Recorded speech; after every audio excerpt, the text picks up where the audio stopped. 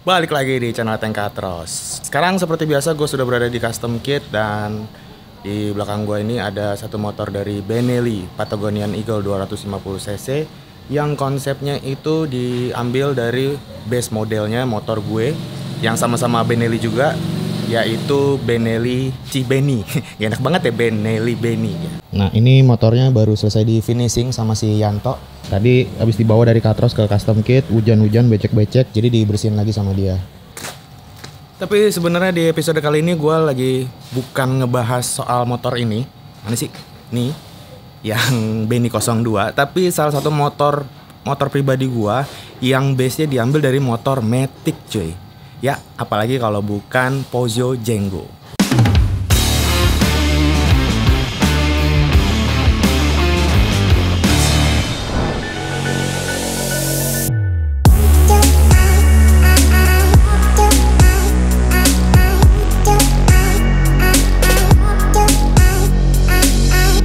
Oke cuy, jadi kondisinya sekarang si Django ini seperti yang teman-teman tahu ya, kemarin itu si Django gua kirim ke bengkel custom, bukan dikerjain di Katros Garage, ke bengkel customnya Mas Ius, yaitu Insan Motor yang ada di daerah Bekasi. Halo Mas Ius, wih, apa kabar? Baik.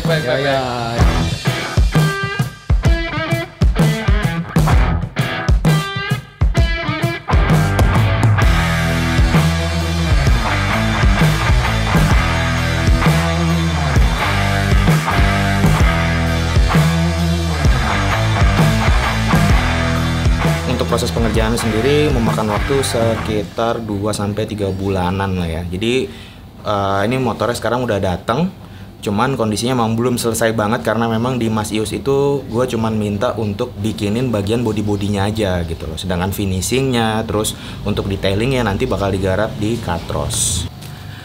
Kalau ngomongin konsep customnya, seperti yang udah pernah gue bikinin videonya, kalau motor Django ini gue pengen bikin dia jadi kayak single seat. Lebih tepatnya sih desainnya ini terinspirasi dari nenek moyangnya si Django, yaitu Peugeot S55, dimana bagian joknya itu terlihat nggak menyatu gitu ya sama bagian bodinya. Nah, seperti apa kondisi motornya sekarang setelah digarap sama Mas Ius? Langsung kita lihat. Oke cuy, ini seperti yang kalian lihat, inilah Peugeot Django yang udah berapa bulan kemarin ini dia tidurnya di bengkelnya Mas Ius di daerah Bekasi. Sekarang udah balik lagi.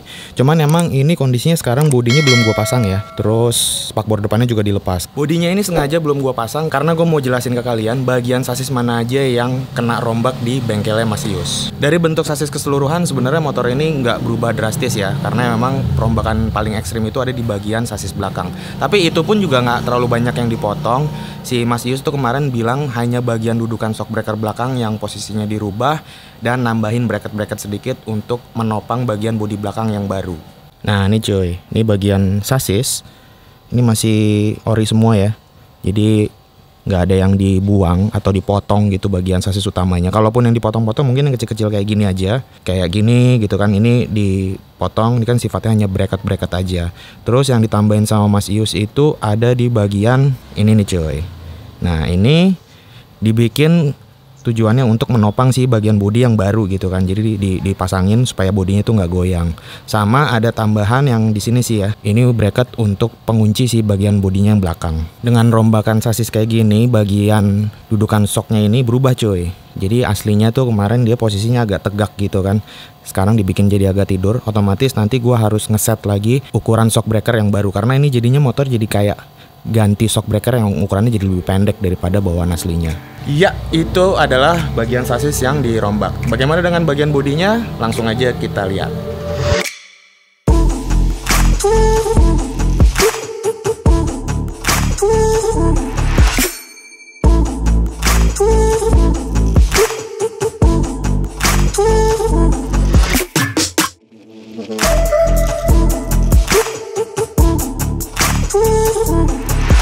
Akhirnya kepasang juga, udah ngos-ngosan tuh. Berdua lagi masang bodinya. Mendingan gelut. Hah? Mendingan gelut daripada mas body. Sekarang kita pasang bagian joknya, karena bagian jok ini terpisah coy. Papan selancar. Hah? Papan selancar.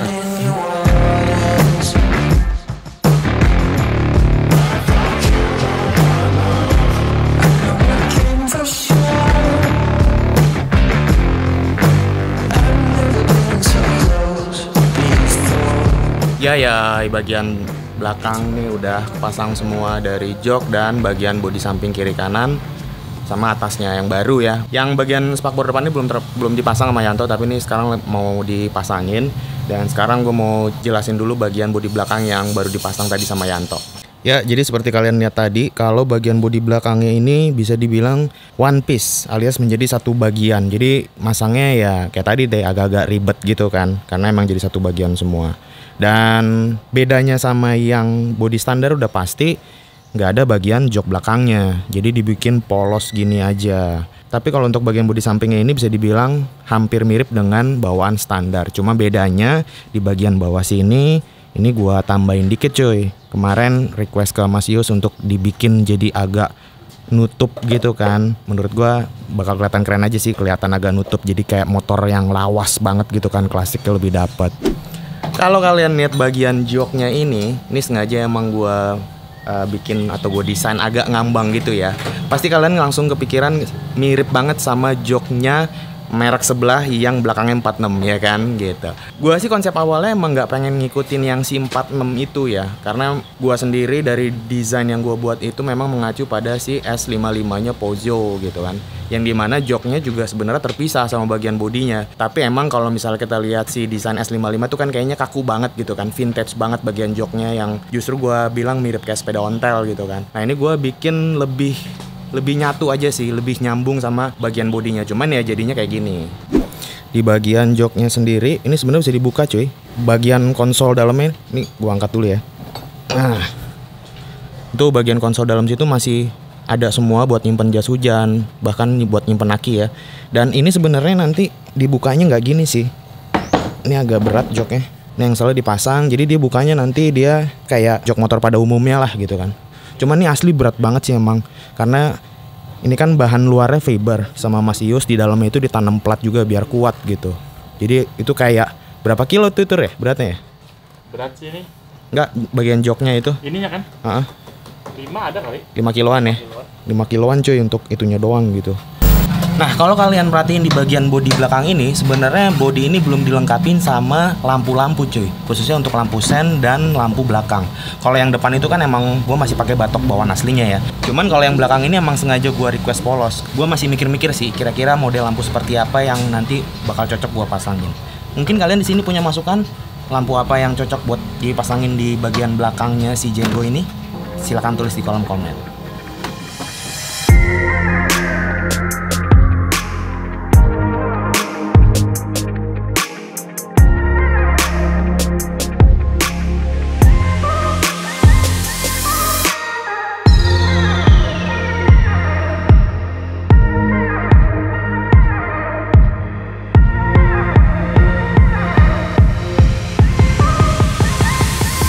Ya, setelah setengah jam masang spakbor depannya, akhirnya bisa kepasang juga spakbor depannya.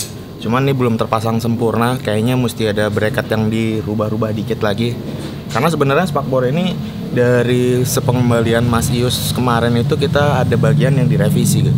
Bagian depannya ini aslinya tadi itu kotak banget gitu loh. Gue bikin jadi agak bulat sedikit, dan bagian cocotnya ini kayaknya setelah gue lihat hasilnya dipasang terus dipasangin ban gini kan, kayaknya ini bakal gue potong juga dikit karena paruhnya tuh jadi kayak kelihatan gimana banget gitu, malah kelihatan aneh sih kalau menurut gue. Tapi nggak tahu kalau menurut kalian unik sih.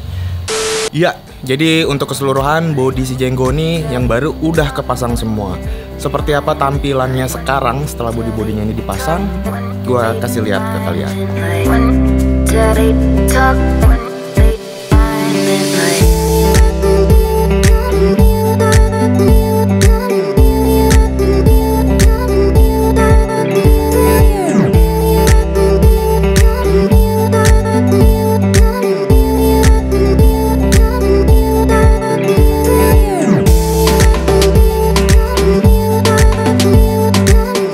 Kita cobain posisi duduk ya. Nah, ini kalau misalnya dari sitting postur sebenarnya gak beda jauh sitting posturnya sama ketika motor ini pakai bodi standar gitu kan. Cuman yang udah pasti agak beda itu yang pasti masalah jok nih. Karena jok yang ori itu kan agak tebel ya, jadi mungkin nyaman banget gitu kan kalau didudukin. Nah ini karena joknya udah kita custom bikin ngambang, otomatis busannya pasti bakal lebih tipis. dan itu pasti mengurangi kenyamanan. Tapi kalau buat gua sih, apalagi gua pemilik motor ini gitu kan, fine aja, nggak ada masalah. Selama jok masih ada busanya, mau tipis mau tebal, selama masih ada busanya menurut gua masih oke lah, masih it's okay.